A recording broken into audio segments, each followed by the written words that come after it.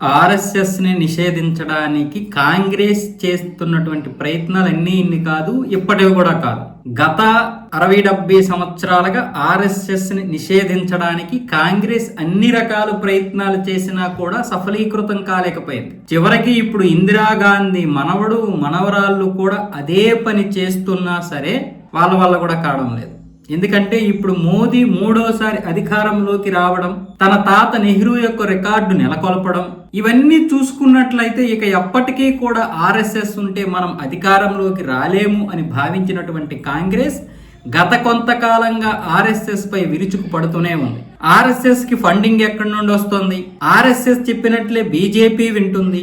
BJP RSS చేతిలో కీలుబొమ్మ అయిపోయింది.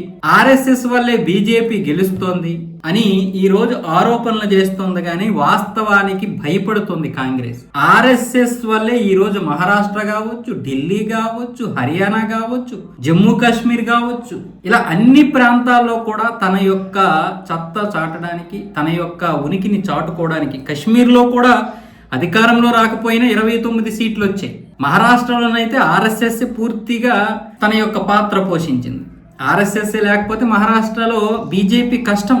అంటే వీళ్ళందరికీ తెలుసు, ఇదేమి ఆరోపణలు చేయాల్సిన అవసరం లేదు. బీజేపీ అంటే ఆర్ఎస్ఎస్, ఆర్ఎస్ఎస్ అంటే బీజేపీ, దానికి ఇంకేముంది? అలా కాంగ్రెస్ వాళ్ళు అనుకుంటున్నారు ఇలా బీజేపీకి సపోర్ట్ చేస్తుందని, కానీ మనమందరం ఏమనుకుంటున్నాం? ఆర్ఎస్ఎస్ బీజేపీ ఒకటే అనుకుంటాం. ఏమైంది? ఇదేం దొంగ? ఆర్ఎస్ఎస్ ఏమైనా బయట నుండి వచ్చిందా? లేకపోతే ఆర్ఎస్ఎస్ ఏమైనా ఉగ్రవాద సంస్థ? జైషే మహమ్మద్, లష్కరే తోయిబా లాంటి సంస్థలు ఎక్కడున్నా యథేచ్ఛగా పనిచేసుకోవచ్చు కాంగ్రెస్ అధికారంలో ఉంటే. కానీ ఆర్ఎస్ఎస్ లాంటి దేశభక్తి సంస్థ మాత్రం ఇక్కడ ఉండకూడదు. కర్ణాటక కాంగ్రెస్ మంత్రి ప్రియాంక్ ఖర్గే అంటున్నాడు, కాంగ్రెస్ కనుక అధికారంలోకి వస్తే మేము దాన్ని నిషేధించేస్తామని. ఇంతకుముందు ప్రియాంక గాంధీ అన్నది. ప్రియాంక గాంధీ కాదు, వాళ్ళు మరి గాంధీలు అనాల్సి వస్తుంది. వాళ్ళ అసలు పేర్లు అవి కాదు, గాండేలు. వాళ్ళ తాతగారి పేరు గాండే, ఎందుకంటే ఫిరోజ్ గాండే గారి మనవరాలు ప్రియాంక గాండే, అలాగే ఆయన మనవడు రాహుల్ గాండే.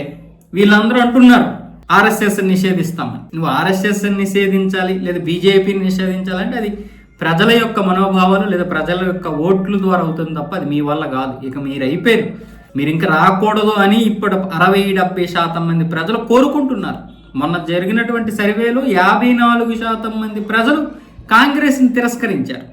54% మంది. ఇది ప్రాక్టికల్గా జరిగింది. ఇక మనలాంటి వాళ్ళు 70%, 80% అంటూ ఉంటాం మన యొక్క సంతృప్తి కోసం.